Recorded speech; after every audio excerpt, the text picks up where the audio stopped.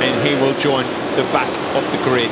Good news for him that it at least gets a chance to leader.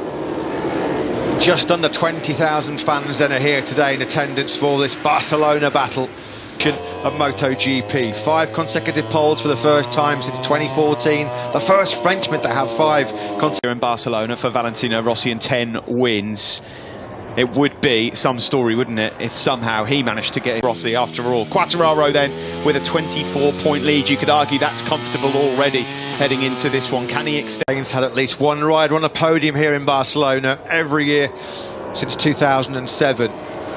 Watching from around the world, and just under 20,000 fans here in the grandstands as well. Can anyone stop Fabio Quartararo? The only question that Fabio Quartararo will be thinking as well will be that closing stages of the race.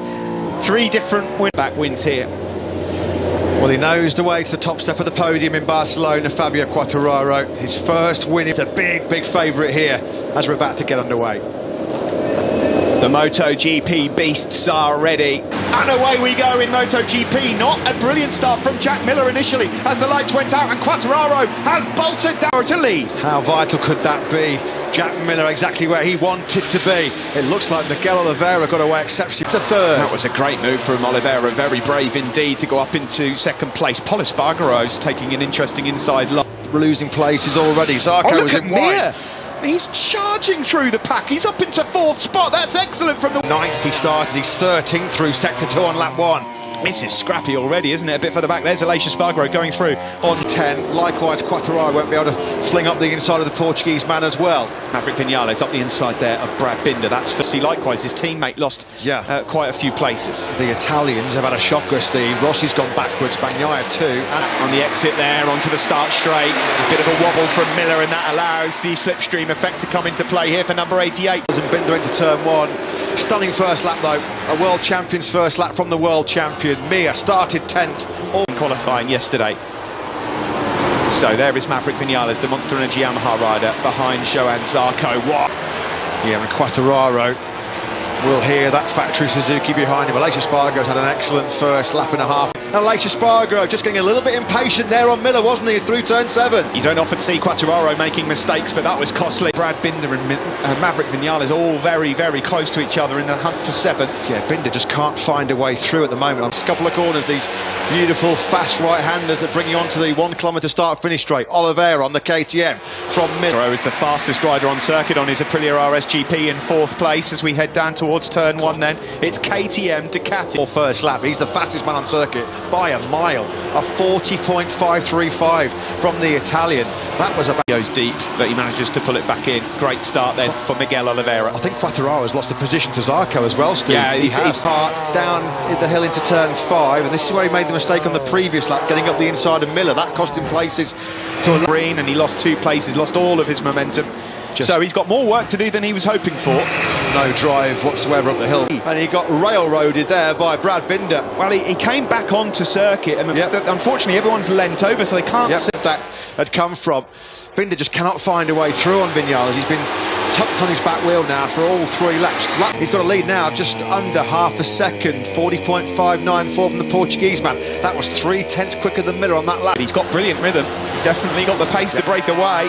Crucially on that last lap as well, Steve. Quartararo had enough of a buffer. This has been for Marc Marquez as well. He's closing in on this group. Look at the number 93 just on the tail now of Johann Zarco. Really. It is Miguel Oliveira that still leads by 4/10 of a second now, maybe almost 5/10 of a second on Jack Miller. Agro putting the Aprilia on the podium places early on here in Barcelona. He's going through on Miller at turn 10 on the cutback. He's got nothing for the Ducati on that start-finish straight. So he was trying to get through on Miller at 10, and then perhaps use an Aprilia will never in a million years out-drag a Ducati. And the problem is that's given Oliveira another couple of tenths, that overtaking ahead of Aleix. So Aleix momentarily popped his nose into second place, but has now dropped back to 4th. He can see Oliveira trying with clear track ahead of him. You know, he's not going to have any issues with front tyre pressure or temperature. Quartararo gets through on Aleix Espargaro in time to move. Yeah, Oliveira is where Quartararo thought he would be and wanted to be. Marquez from 13th on the grid to desperately trying to find a way through on Joan Mir. There's the lead from the helicopter of Miguel Oliveira on the factory Ducati of Miller and Pol Espargaro. From bad to worse for Pol Espargaro. He's not finished higher than 8th so far this year. Thought Marquez was going to fire up the inside of Morbidelli, Nakagami, Bastianini and Alex Marquez. It's not got any better for Valentino Rossi either. He's out. Something happened to Rossi on that lap number 4. On board here with Joan Mir. He will not outdrag. Some drama there. Maybe just outbraking himself into turn 1. Through goes Marquez and Zarco. Well, this is more lining up the inside of the Repsol man into turn number 4. These two will not be scared about exchanging a bit of paintwork. Zarco then spinning. Yeah, this group, Malaysia, Espargaro, Marquez, Zarco, Vinales, Binder and Bagnaia, this is more Moto3 than MotoGP. The problem is, what has happened to the Aussie? The lead now for Oliveira is a second, but the Australian must have run into some drama there because Joan Mir stole crash at turn 9. Iker went down there in Q1 hard yesterday. Now then, Zarco and Malaysia, and he will not be able to get through on Zarco on the straight. It was Petrucci riding for his MotoGP future, riding for his cast.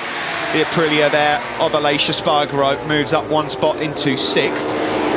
Yeah, I mean, Miller was a full set. Pretty light work of Joan Mir. Well, now he can start his pursuit. Can he cut into that 1 point clear air? He'll probably try and just get into those 139s, and no one was able to match that yesterday in FP4. Can get through on Miller and Mir, who are two of the hardest men to overtake in MotoGP. He made light work of the world champion Suzuki in turn. This is MotoGP at its finest though, folks. 6 different manufacturers inside the top 7. That's excellent. Oliveira it is that leads. The gap already down by 1/10 through sector 3. We'll have a look at it. He was able to take 3/10 out of Quartararo in sectors 1 and 2, and then Quartararo brings a little bit of time back in sector 3. Yeah, 10th covering the top 2 men. Miguel was given the information as to who it was that has just moved up into 2nd place, so he'll know. Vinales, Binder, Bagnaia in the top 10. That's the group that you can see, and then further back there, Iker Lecuona. Morbidelli, I mean, he's about half a second slower on that last lap than this man, Oliveira. The gap from number 12, you can see Maverick Vinales, then it's Brad Binder, who still can't fudge his way through. He's struggling. Nakagami's been issued with a long lap penalty. The 3rd consecutive race that the 8-time world champion has crashed out. Good spot there, Matt, but DNFs in a row in his career, Steve. An unwanted milestone then for Marc Marquez, who was having certainly his best ride since for 10. Well, he got away with it 2 years ago when Jorge Lorenzo became a wrecking ball, didn't he? On Vinales, Dovizioso. It might not be the one you think it is. It's Joan Zarco, the Private Ducati rider. 2nd in the World Championship and a lot of life. So that's why he's got to take a long lap penalty. But Zarco then, the fastest man on circuit at the moment, in 5th. Wonder whether he could see Zarco just starting to really cut into some good rhythm. Zarco, the Frenchman, getting on, struggling to maintain the pace of Espargaro and Vinales ahead of them. They're just being cut adrift slightly, but this race could too. Last year, Steve, lap 9, that Fabio Quartararo did the best lap of the race. That was a 1:41.42. Just giving an indication of how much the tyre performance can change. Zarco is not going to win the game of braking there against Miller. Yet again in 5th place. The gap at the front now for Miguel Oliveira has come completely down. You can see Fabio Quartararo is well on terms. Just to be wary about tyre life, the balance, as we've talked about numerous times this weekend, between performance and endurance. That was all. The 3 fast rights to finish the lap as well really do punish both front and rear tyre. He did not put a foot wrong in Mugello when he finished 2nd to Fabio Quartararo. He was just in a world of his own. Can he? In terms of tyres, Oliveira's got the hard front tyre on there. You know how Quartararo's been so tyre, and that's where Fabio Quartararo's so good on corner entry and turning. He's able to flick that one aside. This year the case, and in fact, of course, noteworthy performance last weekend from Brad Binder. He equalled the all-time top speed record. That's the end of top 10 chances for Taka Nakagami, and another disappointing weekend for the Japanese rider. So then at the fire conservation mode for Mir, because he got such a great start, he's well placed, Joan Mir, here at the moment. Just saw their top of your pitch. Marquez getting a lift from the Leopard Honda team. This is not a sight we're accustomed to seeing at all beneath him. A few riders have said they've had issues trail braking on that transition from old tarmac to new tarmac into turn 10. And Who the top has 3. It's Malaysia Espargaro. The Espargaro boys have both crashed out here. I was just then. It's already taken Marquez out of the race, and now it takes Aleix Espargaro down. No home comforts for the Espargaro. Brad Binder. Vinales is lapping very quickly, as quick as the leaders. Can he now close that down? It's got a lot. Fabio Quartararo biding his time on Miguel Oliveira, and you would think, Matt, that he had the better edge grip than Oliveira. He was able to run the tighter line, and then there was just enough of a gap there to fire up the inside. In Jerez, of course, when Fabio Quartararo's had daylight in front of him, nobody's back wheel to stare at. He's been lethal. Edge in top speed. He's now going to try and get as close to the tail unit as possible to Quartararo. We'll keep our eyes peeled in a moment, but let's just see how this one goes. Already Quartararo able to get a couple of tenths over Miguel Oliveira. Slipstream from Zarco, and he's going to try and do the same here to Oliveira. Simon, your thoughts on the midway point of this Catalan Grand Prix? Yeah, he handles pressure. You know, he just, I don't want to jinx him, but he just puts up with it so well. He's the only man in this front group, all the way back to Brad Binder, his teammate, that is running the hard front. As you pointed, it didn't have enough edge grip. They couldn't do the lap times, but the KTM boys maybe it'll work. To do, but as we said, things can change quickly. Now, Oliveira's a little bit closer on this circuit than he was previously to Can he get up the inside in the braking zone on Quartararo? He certainly can, and with that extra straight line stability of that hard front. Than Fabio Quartararo was expecting. It is fair to say, and now he's got that corner speed ramped up. Fabio Quartararo close enough this time around to lunge up the inside of Oliveira down the hill. Zarco's through on. What a win this would be for Miguel Oliveira, were he able to pull it off. Ginormous feather in his cap, wouldn't it be? Sunday evening for the Espargaro boys when they go home here in Granollers tonight, because Paul Aleix was, when his front tyre cried no more, he was offline, wasn't he? Offline. Afraid to say, Aleix Espargaro has managed to just get himself a couple of tenths advantage as they make their way down onto the start-finish straight. These are the five on screen. With Miguel Oliveira's, he's super intelligent, super smart, they all are. But Miguel Oliveira, start was absolutely crucial for Joan Mir, because it meant that he didn't have to do so much hard work in the where Mir was brilliant. He was really in a class of his own. He came through with Alex Rins. Last year, the brands, he had grip issues himself, they just weren't quite as severe as the Yamahas and Ducatis around. He's launching an attack there on Mir, not close enough.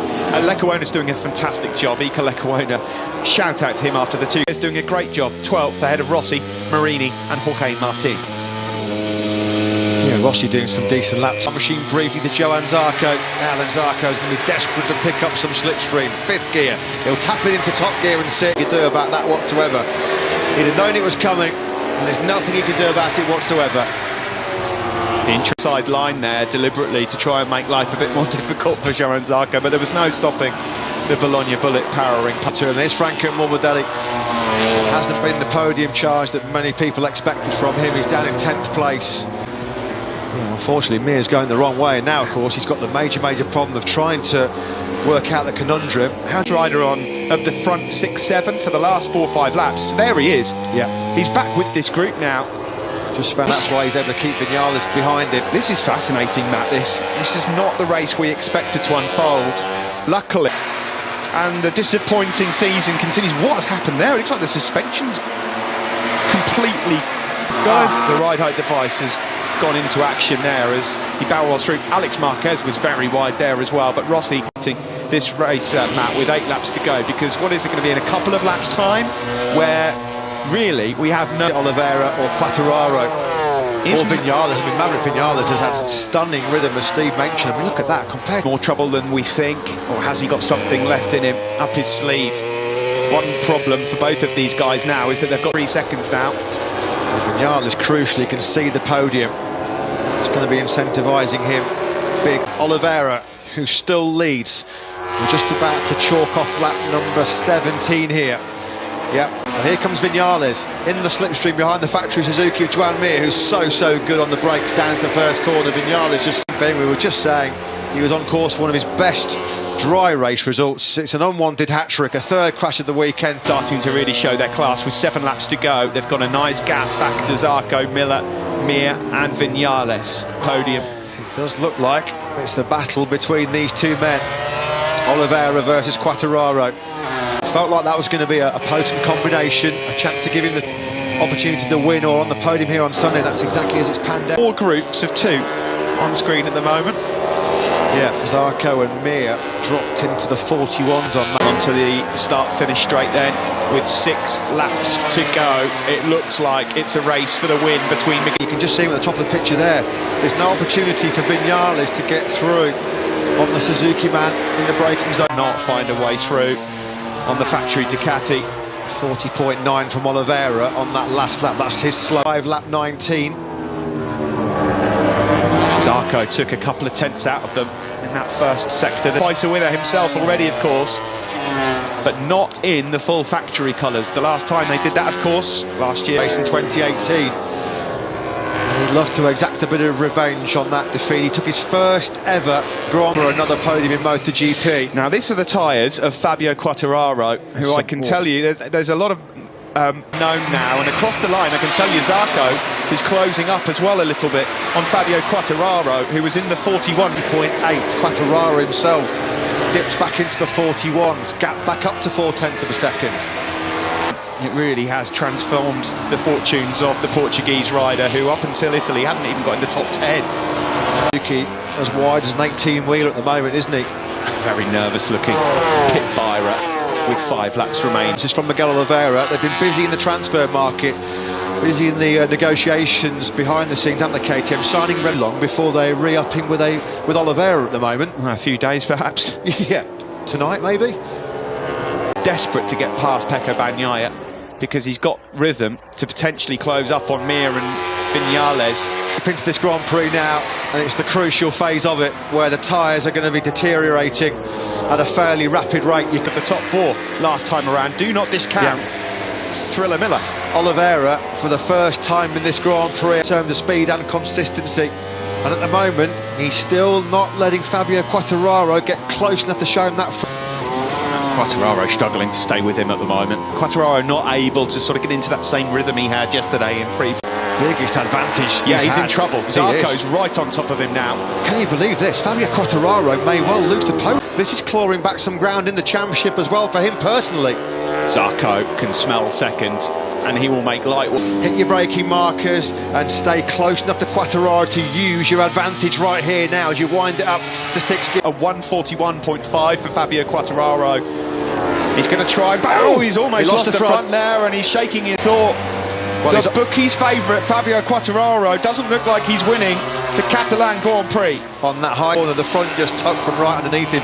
I think the right-hand side of Fabio Quartararo's front tyre is really struggling here. Thing surely here as Johan Zarco. He might have an opportunity earlier to maybe pull off the move into turn 10. We're going to watch a replay here of Quartararo. Has got some sort of issues. He's taking his chest protector out there of his leathers. Guys, it's his you can see his necklace and his bare chest. What's going on? What's happened to the leathers here? Jerez. I've never seen anything like that. Likewise. Well, Miller's going to fly past him now and move up into third place. And the man who was favoured to win this Grand Prix, although he does him back on the cutback, is fading. Whether it's the combination of the leathers and the fading front tyre grip, whatever it is, that's his biggest problem. He's desperate what it says about the rules in terms of this either, because it's not safe, is it? Let's be honest. No. I don't know whether Fabio Quartararo, he could end up getting a black flag here. I don't know. I've not got this in the bag just yet. We're getting closer to the final lap of the race, but look who's creeping closer and closer. We remind you, ladies and gentlemen, do you know what? He's got some great speed. They drop down the hill into the last couple of corners. We're going to start the last lap. There's half a second between Miguel. There'll be some kind of penalty. Will it be black flag? Will there be a DQ? He'll have seen on his pit board that Zarco's closing Miguel Oliveira. Yeah, and how ironic this would be if Zarco beats the factory. Left KTM halfway through a 2-year contract.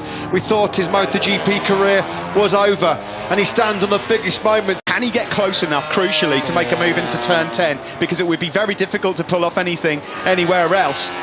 Here in the back of your picture, can he find a way through on Quartararo? No, he can't. Miguel Oliveira, normally in these situations, mentally as corners. Quartararo has got a 3-second penalty. His podium has gone. The checkered flag is out, and it looks like this one is Miguel Oliveira wins on the factory KTM here in Barcelona ahead of Johann Zarco and Quartararo, but he will not finish third. Absolutely sensational. Zarco takes second, Quartararo takes the checkered flag third, bare-chested as well, but he's made again 11 MotoGP podiums, his 8th runner-up spot, but Miguel Oliveira, absolute Quartararo's leathers. His front tyre we saw was graining badly as well. Danny Pedrosa, so much credit. Up has been cut. Zarco takes 20 points. Quartararo moves to 4th.